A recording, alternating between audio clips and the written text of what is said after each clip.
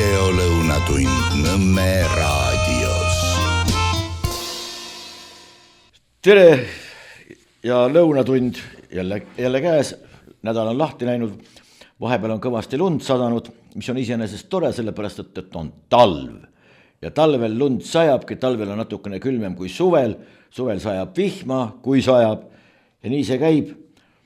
Aga hämmastav on jah see, et väga paljudel juhtudel imestatakse. No nüüd tuli lumi maha, nüüd on nii ja nüüd on naa ja nüüd on kolmandat moodi. Talv on, kallid sõbrad. Naudime seda, mida meil on. Naudime neid talvilmasid, käime suusatamas, kelgutamas. Hingame natukene niisama, võib-olla natuke teistsugust ja oluliselt värskemat õhku, kui see tavaliselt meil võimalik on. Aga olgu pealegi. Kahjuks ei saa teid veel kuidagi moodi rõõmustada sellega, et oleksime siin stuudios kahekesi Margus Lepaga.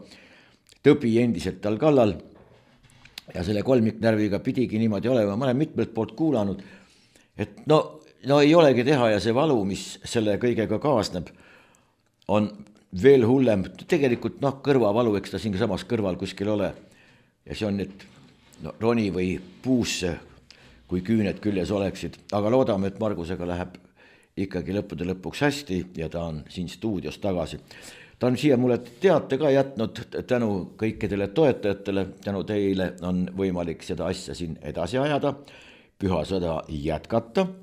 Ja siin selline palve veel, et kui arvate, et teie kamraadegi kuskil võiks huvitada mõned teemad, millest siin juttu on olnud või äkki on ikka kodulehekülje peal midagi, mida te sooviksite ka teistega jagada, siis olge head ja tehke seda rõõmsal meelel. Jagage neid linke kamraadide, sõprade, tuttavatega ka, kui peate vajalikus, kui arvate, et midagi võiks olla sellist, mida teised ka teada võiksid või vähemalt mille üle võiksid aru pidada. Kuidagi niimoodi. Aga ma olen jälle kogunud natukene mõned materjalid kokku, põhiliselt rõhutatult kõik mainstreamist, ei kuskilt mujalt. Ei ole mingisuguseid võõraid narratiive ega mingisuguseid ei tea, kust tulnud mingisuguseid istme, kõik meie peavalu meediast. Niisiis, juhtusin telerees olema külas ja sealt mingisugune diktor, hääl oli maha keeratud, luges midagi ja kiri oli ekraani peal.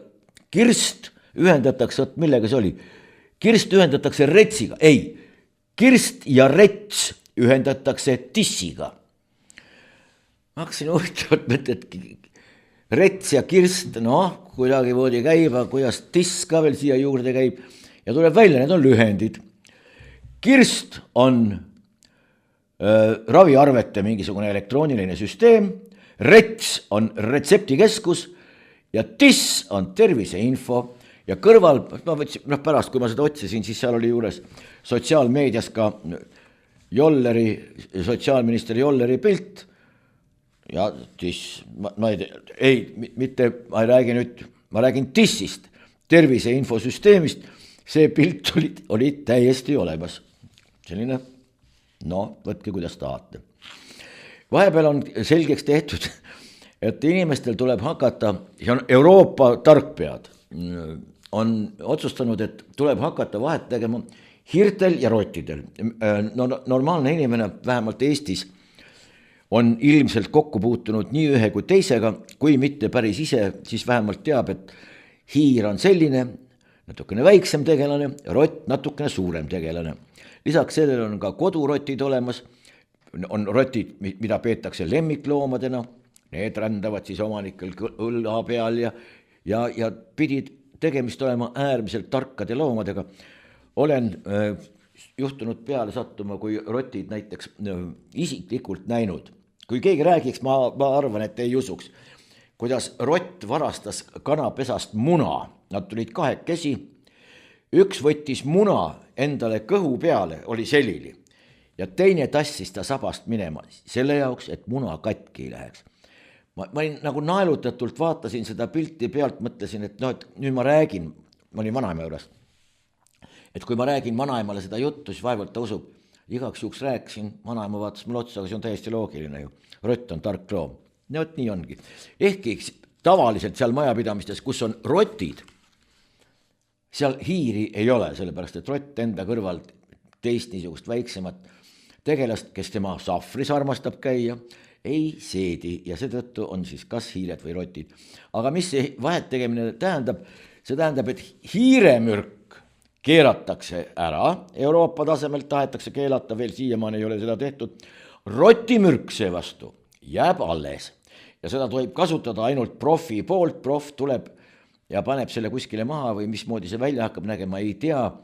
Ja siis kas hiir tuleb ja sööb seda rotimürki ja kas see jääb siis ellu või mismoodi nende vahet tegemine sellisel keemilisel tasemel välja hakkab nägema, ei kujuta endale ette, aga ju siis Euroopas on sellised ajud, mis seda kõike suudavad. Sinna on meil pikk maa minna. Läheme edasi. Nüüd see kohtuasi, mis on meid tükk aega elevil hoidnud, ma ei tea, meid, mõningaid võib-olla on, mõningaid mitte eriti, seesamane 3 kõrgemat politseiametnikku, keda ka väntsutati kohtus ikka päris pikalt, prokuratuur oma jonni jätnud, kuni asi läks Riigikohtuni välja, Riigikohus siis teatas, et inimesed ei ole süüdi. Kuigi nüüd ma kasutan jälle paberit, et mitte siin eksida. Elmar Vaheri asjas otsustas Riigikohus niimoodi, ja nüüd loen maha. Kuigi tegemist polnud kuriteoga, on Riigikohtu hinnangul siiski kaheldav, kas Vaheri käitumine Heldna politseiteenistusse võtmisel ning teistesse asutustesse lähetamisel oli eetiline ja läbipaistev. Vaher andis oma sõbrale võimaluse teenida välja politseipension, aga niisugust võimalust ei saanud kõik sarnases olukorrad olnud endised politseiametnikud. Seetõttu võis olla tegemist inimese ebavõrdse kohtlemisega. See tähendab, avalikus teenistuses konkurssidel saab laamendada edasi, tegemist on vaid lihtsalt ebavõrdse kohtlemisega. Ja mingist korruptsiooni siin ei nähta, kuigi öeldakse, et ei pruukinud olla eetiline. Nüüd, kui on juba välja öeldud, et ei olnud eetiline Riigikohtu tasemel, vaatamata sellele ootab vastav komisjon, riigi kõrgemate ametite komisjon, pool aastat, et see asi kord ära lõpeb, eeldusel, et see nii lõpeb, nagu tal tegelikult lõppeski, ja et saab inimese ametisse kinnitatud. Ehk siis Elmar Vaher, nüüdsest Riigi Kaitseinvesteeringute Keskuse kõige suurem juht ja juhataja, ära unustatud loomulikult ka saapad ja kõrvaklapid ja kõik muu, ära on unustatud loomulikult ka see plagiaadihõnguline magistritöö ja nii edasi, nii edasi, nii edasi. Me ei sea siin kahtluse alla, kas on õige inimene või mitte. Kuid kui on tegemist ebaeetilise käitumisega, siis tekivad paratamatult küsimused. Ja siis teine asi, aga miks see komisjon pidi siis ootama? Kui on mingist inimest kuskile ametisse vaja, kinnitage ära, korraldage konkurss, aga konkursil oli ta ainukene kandidaat.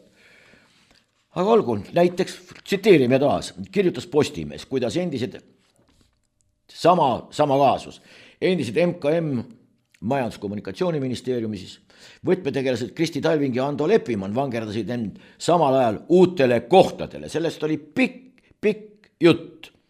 Ja nii oli. Tsiteerin, Majandusministeeriumi endine kantsler Ando Leppimann asus mullu ootamatult juhtima vastloodud Eesti Varude Keskust, mille juhiks määras ta nõukogu, kuhu kuulus ka toonane alluv asekantsler Kristi Talving. Talving ise tõusis samal ajal Tarbijakaitse Tehnilise Järelevalve Ameti peadirektoriks, kuhu valis ta komisjon, mille koosseisu kuulus, mis te arvate, loomulikult ka Leppimann. Antud juhul ei ole üldse, keegi ei küsi, kes kuidagi otsustas. Ja nüüd, juhul kui Riigikohus oleks leidnud, et Vaher pani toime kuriteo, siis oleks arvatavasti laienenud ka ju Talvingule ja Leppimannile, milleks tühistada näiliste konkursside tulemusi. Ütleme lihtsalt, et tegemist on ebavõrdse kohtlemisega ja mingi koormake kohut kõik need, kes on siis ebavõrdsemad ja keda ilmselt, kellel on tunne, et teda on ebavõrdsemalt koheldud. Eesti kohtud oleksid oma normaalse töökoormuse juurest päris kindlasti, kui Eesti ametnikkonnal oleks pädevust, julgust, tahtmist ja oskust, kogemust, informeeritust, erudeeritust. Ehk siis nad oleksid pädevad oma ametikohal otsustama ka üht-teist koha peal. Nüüd jääb otsus tegemata, aga kui sulle ei meeldi, siis mine kohtusse ja hakkab see trall pihta, kestab aastaid. Muide, seesamane tehnilise järelevalve komisjon on nüüd Talvingu juhtimisel täpselt samamoodi muutunud täiesti poliitiliseks asutuseks. Raadiosageduslubade osas väljendus see näiteks riigitruus repertuaaris. Tarbijakaitses ei ole Tarbijakaitseametit esitanud ühtegi populaarkaebust tarbijate kaitseks, et näiteks välja mõista kas või Tallinna Veelt need rahad, mis on tarbijate poolt tasutud veehinna see osa, mida Konkurentsiamet pidas täiesti ametlikult ebamõistlikuks. Amet tegeleb pisiasjadega, turismibüroodele mingite ettekirjutuste tegemisega ja lennuki väljumisest või hilinemisest tekitatud kahjude hüvitamisega ja selliste pisiasjade klaarimisega. Peaasi, et suured saaksid edasi tegutseda ja oma agendat edasi viia. Ja siis enamus viiakse ka tarbijavaidluskomisjoni juurde, ise ei pea sellega tegelema. Tuletame meelde varasemalt natukene, kui seda ametit juhtis keegi muu kui Lasse Lehis, siis tegeldi sisuliste ja põhimõtteliste, nii-öelda fundamentaalsete asjade lahendamisega, siis pöörduti näiteks kohtusse tarbijate kaitseks, et tühistada tüüptingimused, milles pangad konverteerisid kodulaenade eurod kroonideks tarbijatega kokku leppimata vahetuskurssidega ja nii edasi. Tegeldi põhimõtteliste asjadega, mida nüüd Kristi Talvingule ette näidata? Ei, mitte midagi. Küll ajab aga kolleeg Ando Leppimann tuumaenergeetika äri edasi, ta on Fermi Energia nõukogu esimees ja samal ajal ka Eesti Varude Keskuse juht. Tulevased kooskõlastused Kristi Talvingu juhitud tehnilise järelevalve komisjonis on enam kui kindlalt kõik juba ette olemas. Tundub vähemalt niimoodi.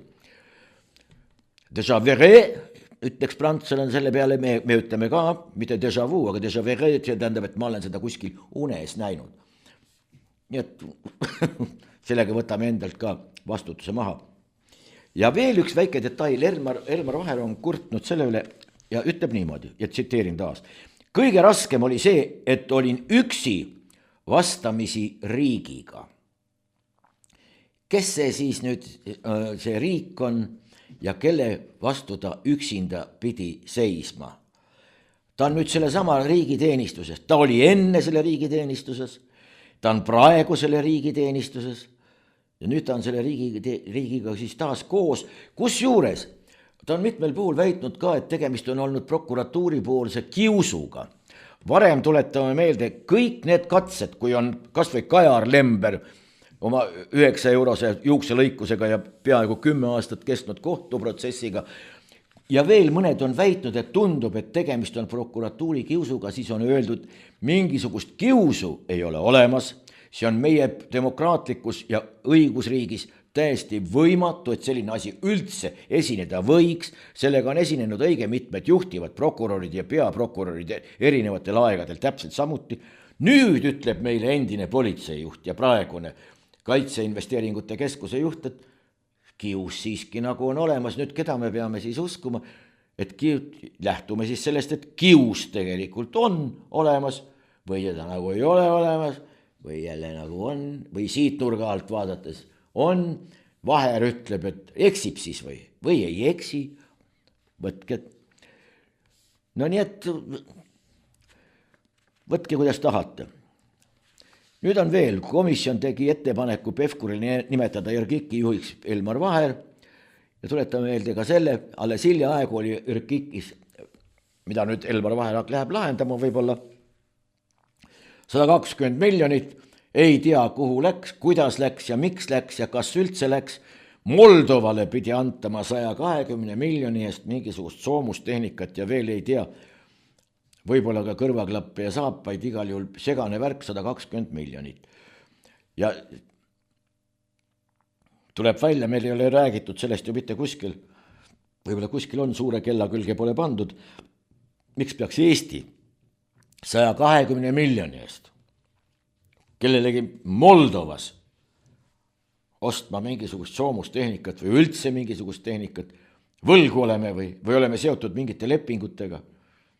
ammuks see oli, kui Eesti parlamendi liikmed käisid Moldovas kogu aeg ala lõpmata ja ütlesid, et tegemist oli uuringutega, mis puudutasid Moldova naiste kurba olukorda sotsiaalsfääris.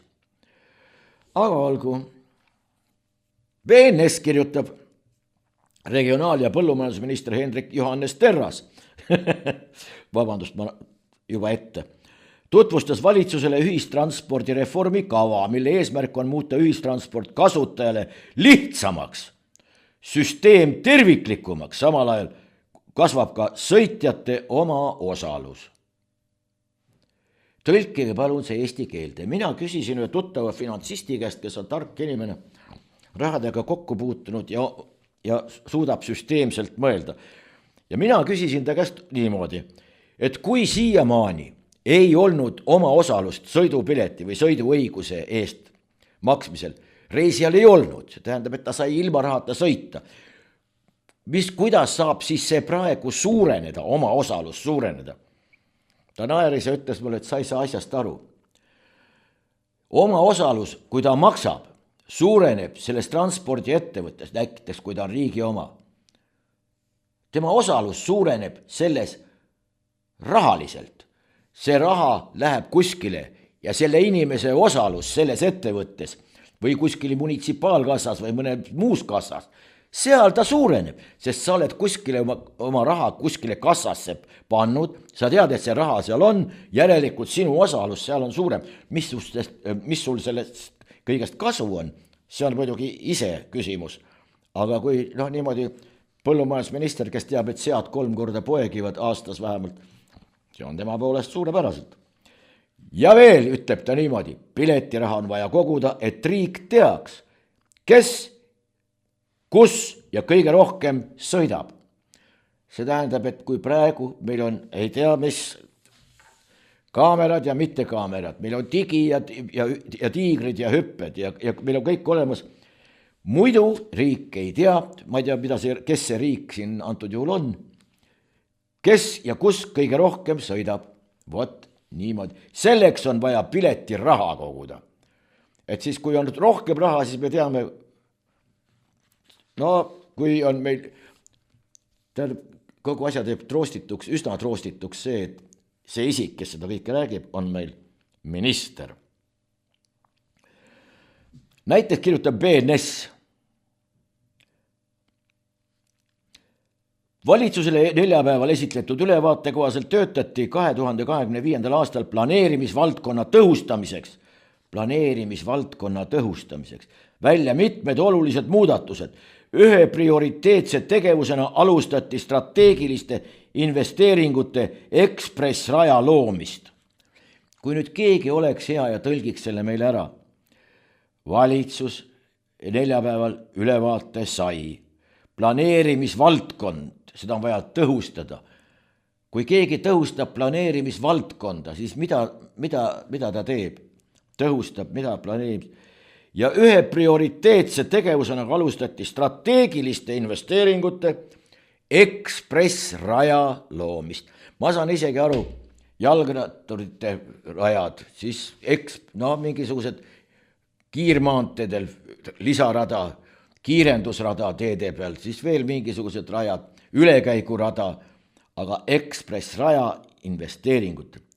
Erki Keldo on meil ka, kes hiilgab oma väljaütlemistega. Majanduse jutt on keelest, me ei heida isikule mitte midagi ette, vaid tema väljenduslaadi ja võib-olla see heidab ka mõningast valgust sellele, mis seal peas toimub.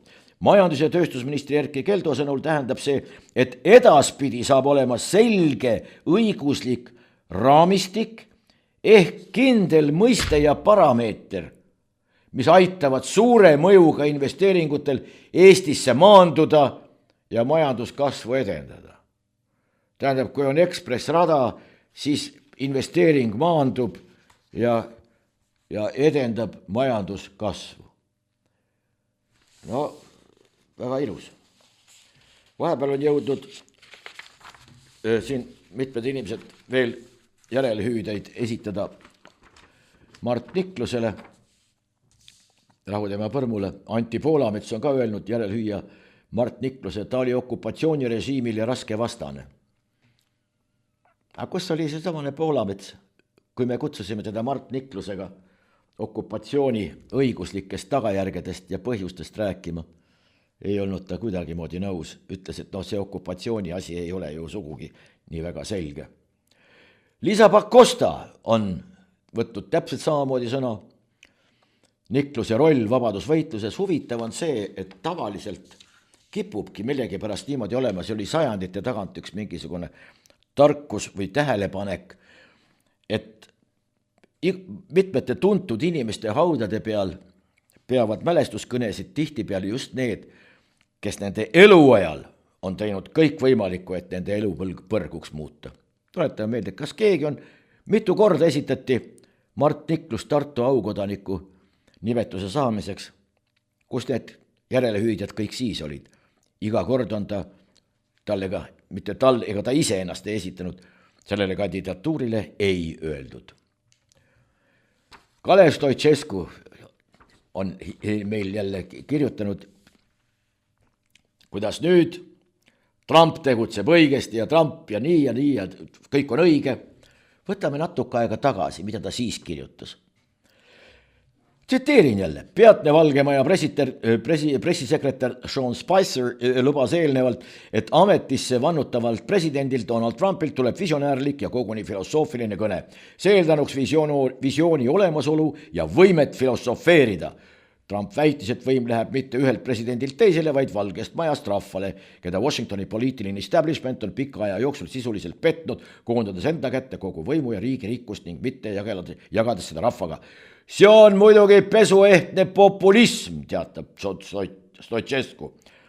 Trump kasutas väga tugevaid väljendeid rääkides teiste riikide rikastumisest ja USA arvelt või nende kaitse subsideerimisest, mis olevat USA relvajõudusid ära kurnanud. Kokkuvõttes tegemist on ootuspärase keskpärase populistliku kõnega, milles polnud ei visiooni ega filosofeerimist.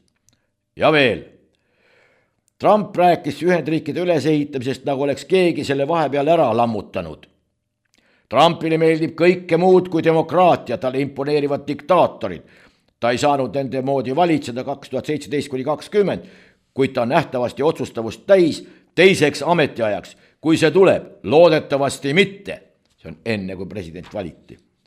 Nüüd on uus õigus, loevad head suhted liitlaste, sealhulgas Eesti ja USA vahel.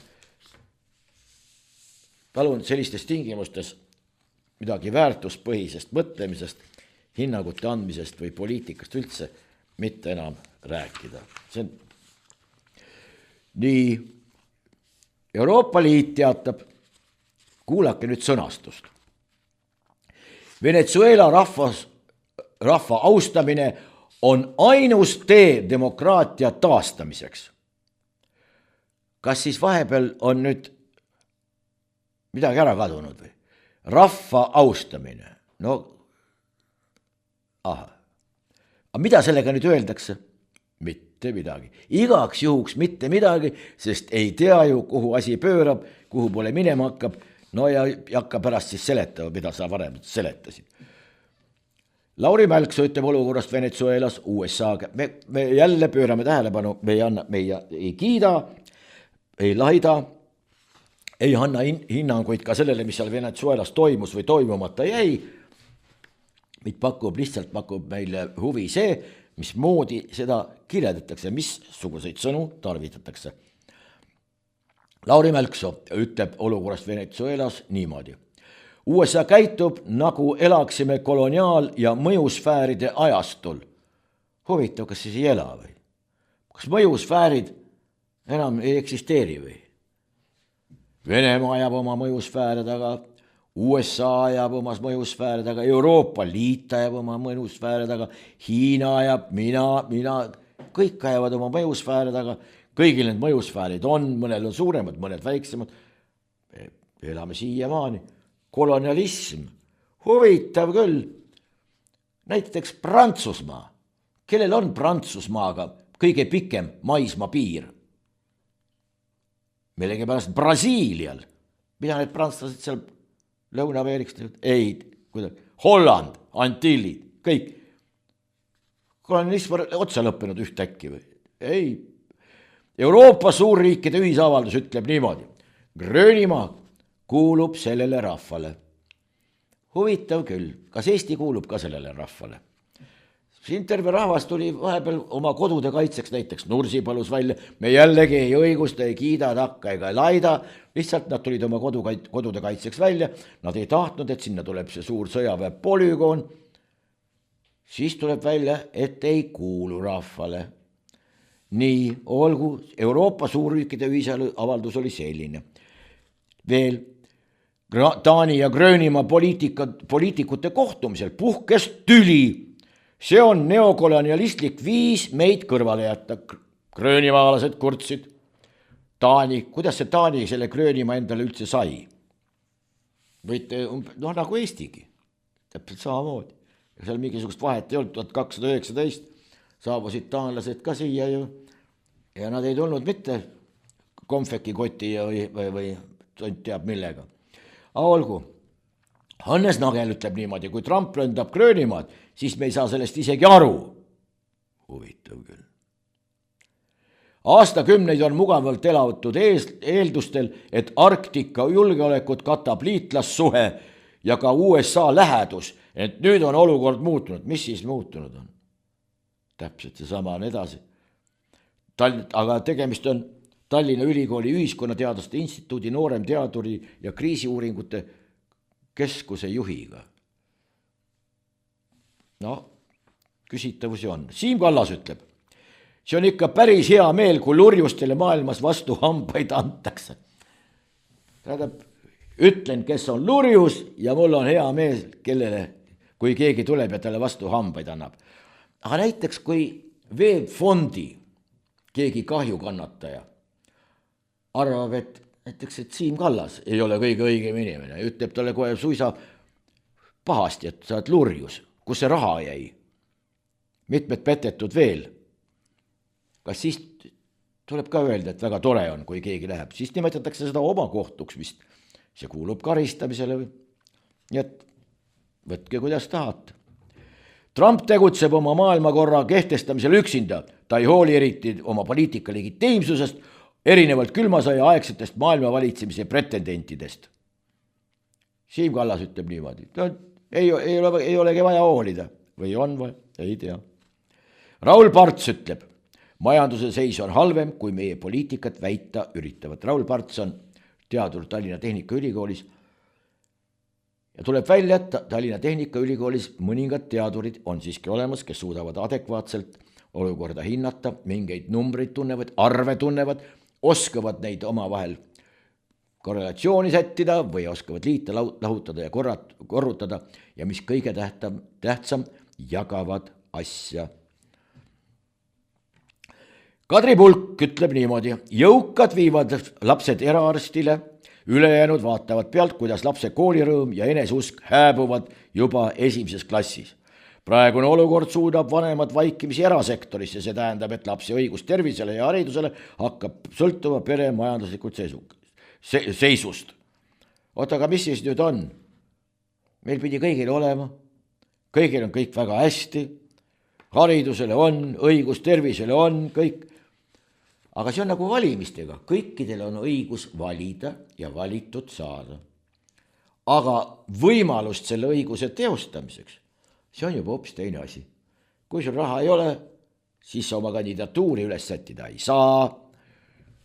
Kui sul raha ei ole, siis sa kohtusse oma õigust taga ajama minna ei saa ja nii edasi ja nii edasi. Aga see on nüüd konstanteering, et nii on ja selle taustal rääkida, et kuidas õhus on tunda helge tuleviku möödapääsmatu lähenemise kindlaid tunnusmarke, on üsna selline silmakirjalik. Nüüd toidulisandite tootejuht ja molekulaarbioloog ütleb meile niimoodi. Kuidas valida magneesiumi, mis päriselt toimib? Magneesium on metall. Mendelejevi perioodilisuse süsteemis täiesti ära märgitud Mg on ta sümbol. Kui te endale mingisuguseid toidulisandeid või ükskõik mingisuguseid asju valite, siis te ei vali magneesiumit, vaid mingit preparaati, mis sisaldab suuremal või vähemal määral magneesiumi, kusjuures magneesium on tavaliselt mingisuguse ühendina, kas nitraadina, sulfaadina või ükskõik ühendina, aga mitte mingil juhul te ei vali magneesiumi. Aga kui seda räägib molekulaarbioloog, kes ilmselt on teadlane, siis tekivad küsimused, oota, kuivõrd usaldusväärne ta jutt üldse on. Nii, Auvere elektrijaam läks keset külmalainet rikki. Aga ta peabki rikki minema sellepärast, et ta ei saagi korralikult töötada. Kogu Auvere jaam selle projekteerimise hetkest on invaliidina sündinud. Need katlad, mis sinna Prantsusmaalt on kokku veetud, on kivisöe põletamiseks. See tehnoloogia, mis seal rakendatakse nende katelde jaoks, ei sobi ja nii edasi ja nii edasi. Kas ta on üldse kunagi töötanud täie koormusega, nii nagu ta on mingisugune projektvõimsusel? Vaevalt küll, tuleb meelde, mismoodi teda üldse käima joosti ja mismoodi toodi ameeriklased siia näitamaks, et vaat kui puhas see tootmine kõik on, kusjuures vabrik veel või see Auvere jaam ei töötanudki veel, pandi tuled lihtsalt põlema, näidati kuivõrd puhas, loomulikult puhas, ei mingit tossu, kuna ei töötanud ja töötajate jälgigi polnud, sest nad lihtsalt ei olnud veel tööpostile asunud. Aga ameeriklastele öeldi, et see on nende külaskäik on nii tähtis, et töötajatele seoses sellega anti vaba päev. Seda lugu kuulsin ma Utah's, sellepärast, et Eesti Energia kutsus Utah, siis tol ajal taheti Utah's suurt kaevandust avada, taheti kohalikule administratsioonile, see on Vernali linna administratsioonile, taheti näidata, kuivõrd puhas kõik see tootmine on. Aga vale missugune, aga mõjus. Ja muide, siis turuga jagatud info on rikke põhjuseks märgitud katla sekundaarsüsteemide rike ja see on toodud ära ka inglesekeelne tõlge. Inglise tõlge on vale, ta on keeleliselt vale, ta ei tähenda mitte midagi, sellist tõlget olemas. Ta tähendab, selle on koostanud inimene, kes paraku keelest suurt midagi ei tea. Ma muide helistasin sinna huvi pärast Eesti Energiasse, küsisin, et kes te nende tõlgetega seal tegeleb, et kas sellise tohutu eelarvega ja selliste palkadega inimestel ei ole võimalik palgata mõnda inimest, kes natukenegi jagaks seda keelt, mida kasutatakse. No, lubati tagasi helistada, uurida välja, kes sellega tegeleb, võib 3 korda arvata, kas helistati või ei, loomulikult mitte. Muide, see on üleüldine, et kõik tõlgivad ja kõik räägivad, et oskavad paraku, kas või ühistranspordis, bussipeatuses loed mingit silti, kus on bussi liikluse informatsioon ja kaart on iseenesest päris viisakas. Ja allpool on mingi QR-kood ka ja siis, et tõrkeid võib esineda, kuskil seal tõrked ühiskondlikus liikluses või bussiliikluses või kuidagi niimoodi oli, aga tõrked. Eesti keeles öeldakse, et ei ole tõrked, need on häired. See on tõlgitud ka inglise keelde disruptions, mis tähendab hoopis midagi muud. Et järjekordselt, aga kogu aeg ja kui hakkad küsima, et olge, kes teil tõlgib siin või kes sellega tegeleb, siis kätte ei saa, aga ega midagi ei juhtu ka, see sama isik ju, ma ei tea, kelle tuttav või mis ta on, töötab seal rõõmsalt edasi. Ma kunagi mingis tuttavatega arutasime, et kas näiteks kui riigiettevõtete juhtidel või siis kõrgematel riigiametnikel öeldakse, et homsest päevast on teie palk 50% väiksem. Kui palju on neid, kes homme tööle ei tule? Nad kõik tulevad tööle. Vaatamata sellele säilitavad nad oma väga korraliku sissetuleku. Ja teine lugu on see, et kuhu tal mujal minna on. Sellist välja kujunenud toiduahelat eraettevõtluses näiteks kõne alla ei tule. Sellepärast, et võib-olla keegi võetakse sinna kuskile vähe rikkam ettevõtte ja kellegi viigi tuttav, las olla, las teenib see natukene ja vähemalt ei vingu. Aga riigiettevõtluses on natukene lood hoopiski teised. Ajaloost räägitakse meile ka, Putin takistas 200 aasta tagust ülestõusu tähistada. Takistas tähistamist võib-olla siis peaks olema. Mismoodi ta takistas, olgu pealegi Venemaa võinuks õnnestumiseni korral olla hoopis teine riik. Selline oli pealkiri meie ajakirjanduses, aga see annab tunnistust sellest, et juttu on dekabristidest 1825 ja annab tunnistust ei millestki muust, et tegelikult ei teata ju sellest dekabristide ülestõusust mitte midagi. Mida taotleti, kes taotles, mida taheti ja nii edasi ja nii edasi ja nii edasi. Mis sellest kõigest oleks välja tulnud? No ei teata, võtan meelde kas või Pavel Pestel oli dekabristide üks juht ja ideoloog. Kogu ettevõtmise taga olid suuresti massoonid ehk müüriladojad, massoonide ordu ja kui nüüd seda Pestelit hakata lugema, Pestel ise hukati 1826 järgmisel aastal, siis enne läheb, no ma ei tea, Jumala väike looja kevadet tsiteerides, kui keegi suudab näiteks maareformi kohta sealt midagi välja lugeda, aga tegemist oli oluliselt tugevama diktatuuri ihalusega, kui see oli Jakobiinidel või Napoleon Bonapartil, kes olid vaieldamatult Pesteli sellised käilakujud või eeskujud. Ja ainuüksi Venemaale nähti ette ka selline salapolitsei olemasolu, tol ajal öeldi see, kui ma ei eksi, 50 000 pidi olema tollaegse rahvastiku kohta, mis on erakordselt suur number, mis pidi omama õigust ilma kohtuta maha lasta, puua ja nii edasi, nii edasi, nii edasi. Sellist diktatuuri ei ole ei varem ega hiljem, mida ta endale ette kujutus, kuskil veel nähtud. Aga see on üks näide selle kohta, Defoe'ni välja, me ei hakka seda nüüd pikalt siin lahkama, aga iseenesest hästi huvitav ajajärk ja hästi huvitavad tegelased, tegemist oli aadlimeestega. Pestel ise oli Saksa perekonnast pärit, mis oli juba 200 aastat tolleks ajaks Venemaal elanud, aga olgu peale, aga tutvume kõigepealt tegeliku ajaloojaga ja siis hakkame rääkima. Tõnis Leht ja Kaido Keerma teatavad, andmed kinnitavad, et Eesti inimesed toetavad taastuenergiat. Loomulikult, kes nad on? Tõnis Leht on politoloog, sihtasutus Liberaalne kodanik, Salk. Andmeanalüütik Salk on Kaido Keerma. Kelle käest nad raha saavad, tunnetame meelde, kelle instituuses nad on ja ei tekigi küsimust.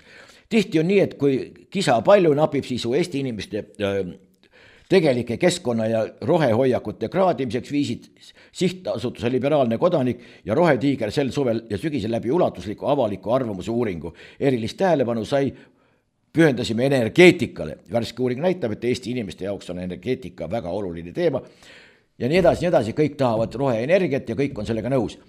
Vale, mitte mingisugust uuringut tehtud ei ole, paremal juhul viidi läbi mingisugune küsitlus ja tuletame meelde, et küsitluse käigus on võimalik vaid andmeid koguda küsitletavate kohta, mitte aine kohta, mille kohta küsimustik mõeldud on. Nii et sula selge, ütleme ilusti ebatõde kuidagi või veel kuidagi tegelikult valetatakse otse näkku. Uuringuid ei ole läbi viidud. Vilja küsib, perearst Talvik ütleb, et arstid on tööd nii palju, et otse suhtlus telefoni teel on pea võimatu. Arsti juurde ei saa, telefoni suhtlust ei saa, tööd on palju. Mida sa siis teed? Aga kõik pidi ju väga hästi olema, enne just rääkis Joller, et Tiss, Salk ja Kirst panevad käed kokku või pead või midagi veel. Uue põlvkonna juhtimine. Mis on maatrikstiimid ja kuidas neid tööle panna? Ma katsun nüüd olla, et Margus Lepa kannaks seda muidugi entusiastlikumalt ja patriootlikumalt, pseudopatriootlikumalt ette, aga ma proovin. Maatrikstiim tähendab seda, et töötaja kuulub projektipõhisesse või tootemeeskonda, mis keskendub konkreetsele tulemusele, projektile või kliendile. maatrikstruktuuri eelis on võimalus kasutada spetsialiste mitmes projektis korraga ja kaasata täpselt seda kompetentsi, mida parasjagu vaja on. No ta sellise jama koostamiseks on eeldus see, et inimene ei tea, mida maatriks endast kujutab. Mida kujutab endast maatriks analüüs? Tuletame meelde, et see on umbes 300 aastat vana, vähemalt, kui mitte rohkem. Aga sellist ei ole suudetud veel välja mõelda. Aga selle eest makstakse. Üks tellib sellise mingisuguse maatriks analüüsi, kes ei tea, mida ta tahab, aga midagi ta peab tellima. See, kellelt tellitakse, et sellel puudub ettekujutus, mida tahetakse, ei oskagi maatriksi kohta midagi öelda rohkem, aga paneb nimeks maatriks, üks on raha andnud, linnuke on kirjas, teine on saanud, linnuke on kirjas, kõik on rõõmsad. Ainuke, mida pole, ei majanduskasvu ega arusaamist, mida selle maatriksiga tegelikult peale hakata. Nii, lähme edasi. Eestis käib juba 2 õppeaastat üleminek eestikeelsele haridusele. Ei lähe haridusele, vaid õppele. Kui mullu alustasid eesti keeles õppimist varem vene keeles õppinud 1. ja 4. klassid, siis käesoleval õppeaastal lisandusid neile 2. ja 5. klassid. Ometigi teame, ja nüüd tunnistatakse, ometi teame tegelikult üsna vähe eesti keele kui teise keele õppijatest. Seni on väga vähe uuringuid tehtud, nendib Tallinna Ülikooli eesti keele ja teise keele lektor Piret Baird. Kogu aeg me teeme, üsna vähe on uuringuid, ma kinnitan teile, uuringuid ei ole üldse. Mis sellest kõigest välja on tulnud? Mitte midagi ei ole tulnud, tuleb tunnistada. Ja siis kuuleme, kus haridusminister raadio vahendusel kilkab sõna otseses mõttes. Nüüd me ootame õpetajatelt panust, et nad hakkavad tegema ka õppematerjale. Samal ajal on koolidesse kokku aetud mingisugune seltskond karjääripöörajaid, kellel ei ole aimdust, ei pedagoogika, didaktika ega üldse mingite nende selliste distsipliinide kohta, ei tea üldse, mida need tähendavad. Ja nüüd ootab haridusminister seda, et nad kõik hakkavad koostama õppematerjale.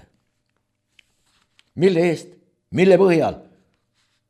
Inimesed on aastakümneid õppinud, tihtipeale ei ole sellel tasemele veel jõudnud, et õppematerjale koostada, aga nüüd mingist teist valdkonnast tulnud, olge lahked, selleks on ette nähtud 6,5 miljonit, praegu hüpoteetiliselt provisoorselt, aga ja nüüd uuring eesti keelele üleminekul võivad tublimad A2 tasemele takerduda. Need, kes on koostanud A1, A2, B1 ja nii edasi, paraku on neil endal õttevalmistusest puudu.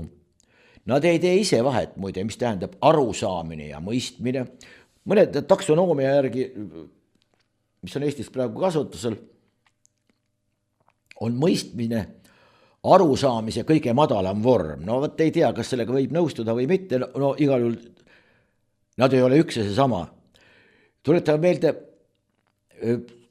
pea 150 aastat, võib-olla isegi rohkem vana luuletust, mida koolis loeti.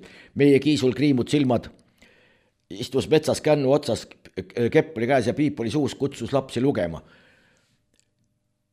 Kes ei mõistnud lugeda, see sai tukast sugeda, aga see, kes mõistis, aru sai, sellele ta tegi pai. Juba tol ajal tehti vahet arusaamise ja mõistmise vahel. Ja nüüd see A1, A2, B2 uurisin kunagi seoses keelekursustega. Mis see A2 ja B1 vahe on? Tunnistavad, ega seal suurt vahet polegi, no üks on lihtsalt B1 ja teine on lihtsalt A2. Erilist vahet nagu ei olegi. No, aga mille alusel siis need pedagoogid tegutsema peavad? Mille alusel mingeid uuringuid läbi viiakse, vabandust? Aga olgu. Nad ütlevad niimoodi, koos TLÜ dotsendi Tiina Rüütma ja paljude teiste uurijatega osalesid nad eesti keele üleminekut toetanud uurimisprojektis professionaalne eestikeelne õpetaja mitmekeelses klassis. Projekti käigus kogutud seireandmete põhjal valmis neil nüüd uus artikkel, mitte uuring, nüüd on juba artikkel, 9–11 aastaste õpilaste keeleoskuse kohta. Selleks ajaks, kui projekt lõppes, mis tähendab projekt lõppes? Kas vaatlused lõppesid või monitooring lõppes? Ei, projekt lõppes. Oli suurem osa lapsi jõudnud A2 tasemele, mis oli projekti eesmärk? Vaadake, projektil ei ole eesmärki. Eesmärk oli ilmselt nendel, kes selle projekti koostasid, kes selle projekti läbiviimise korral lootsid mingisuguseid tulemusi näha või vähemalt tahtsid neid või kuidagi niimoodi. Kui me juba sel tasemel räägime, eesmärke pole, monitooringuid ei ole, artikkel on valmis, mis ei ütle mitte midagi. No, nii ongi. Nüüd oli vahepeal palju oli juttu Vikipeediast. Kordan, veel kord üle oleme seda korduvalt teinud. Vikipeedia on korralikes ülikoolides mitte ainult, et ebasoovitav allikas, vaid suisa keelatud. Sealt võib lugeda, no sõna otseses mõttes sellist jama, aga maitse asi. Ja nüüd oli kurdetud selle üle, et kuidas mingisugused Kremli agendid jälle on muutnud ajaloo sisu ja mitmete tuntud eestlaste Kaja Kallas ja seal olid veel keegi. Sünnipaigaks on määratud Tallinn Eesti NSV. Kas nad ei ole siis sündinud Eesti NSV-s või? Kus nad siis sündinud on? No võib öelda Eestis. Aga pass oli neile Eesti NSV ju. Tähendab, mis siin valesti on? Need, kes sündisid alates 91, need on sündinud Eesti Vabariigis.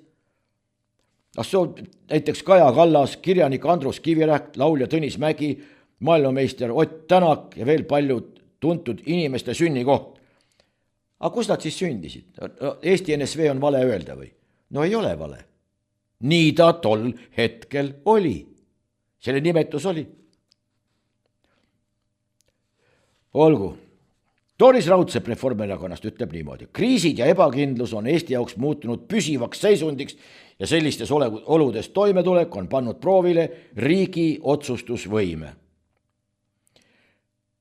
Tähendab, Reformierakonna esindaja ütleb meile niimoodi, et kriisid ja ebakindlus on Eesti jaoks muutunud püsivaks seisundiks. No aga mida me siis rabeleme? Kui see on püsiv seisund, see on muutunud püsivaks, ebakindlus ja kriisid, siis nendes tingimustes peamegi hakkama saama. Mida me siin punnitame? Mingisugust majanduskasvu. Meil ongi, kriis on kogu aeg, ehkki kriis on määratlemata. Tegelikult kriis klassikalises tähenduses tähendab seda, kui mingi süsteem või selle osa lakkab toimimast, siis on käes kriis. Aga olgu peale. Ja nüüd ütleb veel niimoodi, et koroonakriisi ajal tuli langetada otsuseid olukorras, kus teadmine muutus kiiresti ja avalik ruum täitus üleöö vastukäivate hinnangutega. Kes neid vastukäivaid hinnanguid levitasid? Kelle teadmised muutusid kiiresti? Meil pole siiamaani, Joller ajab siiamaani seda sama, mida ta kogu aeg on ajanud. Lutsart teeb täpselt seda sama, midagi pole muutunud. Ometi on teadus edasi läinud ja tihtipeale tunnistatakse, et jah, et midagi oli puudu. Me ei ole siin praegu absoluutselt ei kiida takka ega laida, vaid lihtsalt konstanteerime seda, et väga palju uuringuid on selles vallas läbi viidud ja on tuvastatud tõepoolest, et on olnud kõrvalmõjusid, kui palju või vähe on eri küsimus, aga ta ei ole 100% olnud ohutu. Käitumine on olnud ebaadekvaatne, uuringuid, lõpule viidud uuringuid enne nende vaktsiinide kasutamist ei olnud lõpule viidud ja nii edasi, nii edasi. Ega kui siis on niisugune asi juhtunud, tunnistame siis. Ei tule ka allagi. Aga siis oli üks huvitav lugu. Vabandust, mulle tundus see huvitav. Eesti mees võlub oma sarmiga USA Kapitooliumil. Nii seisis möödunud jõulupühadel USA enim tellitud ajalehe The New York Times uudise pealkirjas. Ajaleht kirjeldas, kuidas Eesti diplomaat Karl Gerhard Lille kannab Kapitooliumil ringi käies USA lipuvärvides pintsakut ja kikilipsu ning kasutab kongressi liikmetega suhete loomiseks ja hoidmiseks silmapaistvaid võtteid. Näiteks pakub vestluskaaslastele Eesti komme. Kas diplomaatide ülesanne on pakkuda kellelegi komme ja siis mingisuguse riietusega tõmmata tähelepanu? Ma olen siiamaani diplomaatide ülesannetest pisut teistmoodi aru saanud, aga võib-olla nüüd on ajad lihtsalt muutunud ja tõmbad mingi teistsuguse vammuse selga. Ja siis muuhulgas ütles ka ta niimoodi, et ta kandis enne punast üleni. Püksid ja pintsak kõik olid punased, ta ei lastud endisest, et see oli kunagi ka kommunistide värv, ei lastud heidutada, vaatamata sellele, mis kaabakatest kommunistid olid Eestile okupatsiooni ajal korda saatnud. Kaabakatest kommunistid. Kas ta julgeb näiteks öelda Siim Kallasele, et kuule, sa oled kaabakas? Või Ants Laaneotsale näiteks, et sa oled kaabakas? Või Aimar Altosaarele näiteks, et kuule, et kaabakas, Eiki Nestor kaabakas? Tuhandete kaupa, kuulge kaabakad. Kas, no, vist, aga kuskilt kaugelt Kapitooliumilt niimoodi hõigata pole väga vigagi. Ma mäletan, et kui mõned aastad tagasi Urmas Reinsalu ütles, et okupatsiooniarmee ja selge pilt, et Punaarmee, siin oli okupatsiooniarmee. Ja siis valitsuse pressikonverentsil sai küsitud Laaneotsa käest, et kuulge, et Urmas Reinsalu ütles, et te olete okupatsiooniarmee esindaja. Mis asja? Silm nähtavalt ärritunud ja frustreerunud ja mis asja ja kuidas. No võt, niisugused need asjad on siiamaani selgeks rääkimata. Ja seni, kuni nad ei olegi selgeks räägitud, hõõgub see tuli seal kuskil tuhal ikkagi edasi.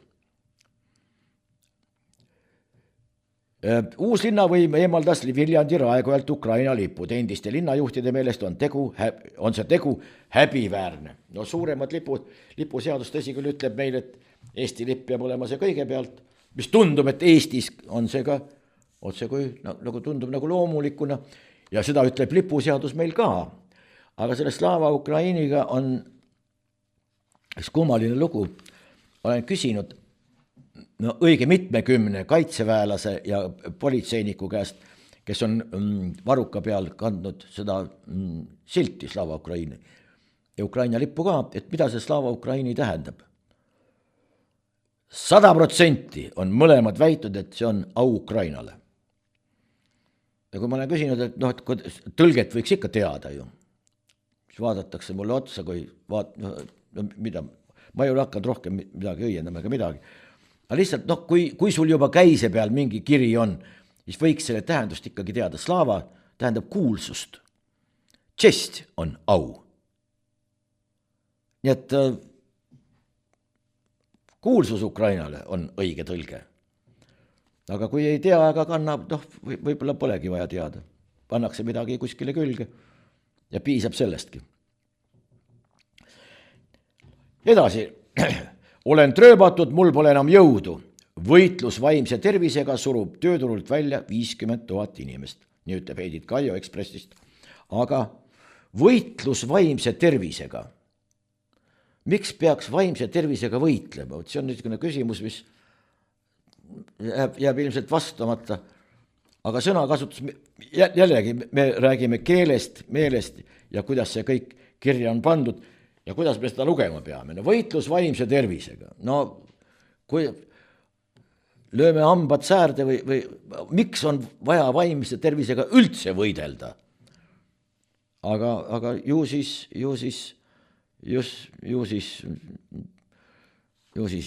on. Aga ju siis mõningad asjad on. Muide, lugesin hiljaaegu ka selle üleilmse soojenemisega seoses, et kui nüüd see jää Antarktikas näiteks juhtub ära sulama, või kuskilt midagi, siis tuleb arvestada sellega, et seal on 5000 aasta jooksul, oli vist 5000 aastat, ringi kõndinud miljonid ja miljonid pingviinid. Ja siin on maha jäetud 16 miljonit naela, see on siis, teeme pooleks umbes, saame kilot kätte, 8 miljonit kilo puhast pingviini sõnnikut. Ja see pidi olema igasugustele taimedele nii kasulik, et kõik kasvab 3 korda kiiremini ja näis, missugused metsad seal siis ükskord kasvama hakkavad. Nii et väga huvitav. Kas või juba selle pärast tasub seda soojenemist ootama jääda. Nii, ja Eestis, oli detsembris euroala taas kõige kõrgem inflatsioon ja Kraiaga ütleb, ta on Harno, siis haridusministeeriumi noorte osakond. Et kui ma elus midagi kahetsen, siis seda, et ma ei läinud kunagi välismaale õppima ja räägib rahvusvahelise hariduse tähtsusest. Missugune see rahvusvaheline haridus on? Vähemalt Harno juht võiks ikkagi seda hariduse määratlust kuidagigi moodi teada või tunda. Tervisekassa räägib aga pööraselt paisunud kuludest. Inimesed nõuavad rohkem. Tervisekassa tervishoiuteenistuse arendamise portfellijuht Liis Kruus ütleb niimoodi. Tervisekassa tervishoiuteenuste arendamise portfellijuht. Võt selline on ametinimedus ja Tervisekassa pööraselt paisunud kulude kohta ütleb ta niimoodi. Inimesed nõuavad enam. Ja nüüd ta ütleb niimoodi. Kulude kasv ei tule ainult teenuste mahust, vaid ka inimeste ootustest kvaliteedile ja kättesaadavusele. Tähendab, kui ma ootan rohkem, siis kulub seal rohkem raha. Selle palgaks või selle mingiks asja kinnimaksmiseks või mingite uuringute kinnimaksmiseks olukorras, kus uuringuid ei ole. Tähendab, ootused tingivad suurema palgakulu. Võt pange nüüd kuidagi moodi see kokku. Selliste optimistlike sõnumitega me täna lõpetame. Sai suhteliselt sumbuur ja ma saan aru, et Margus oleks ilmselt pahandanud nii mõnega asja puhul ja oleks tahtnud täpsustavalt küsida. Muide, keele juurde tagasi tulles korraks, ka hiljaaegu lugesin ühte väga põnevat, see oli nüüd päris tõsine meditsiini uurimus selle koha pealt, tuleb välja, et lapsed omandavad vanema aktsendi juba enne sündi. Kallid sõbrad, võtke või jätke, nii see on. Ja kui teil õnnestub mingisugune teine keel veel aktsendivabalt, ka enda emakeel aktsendivabalt omandada, siis on see suurepärane. Nii et kõike seda teile soovides ja loomulikult lõpetuseks.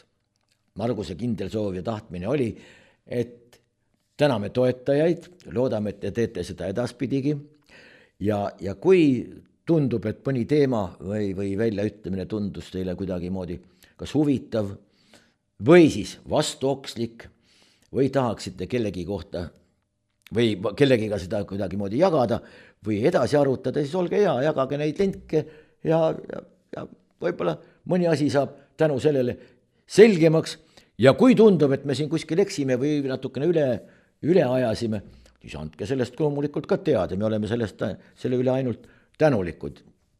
Praktiliselt kõik. Suur tänu veel kord toetajatele ja meie püha sõda loomulikult läheb edasi. Kõike head!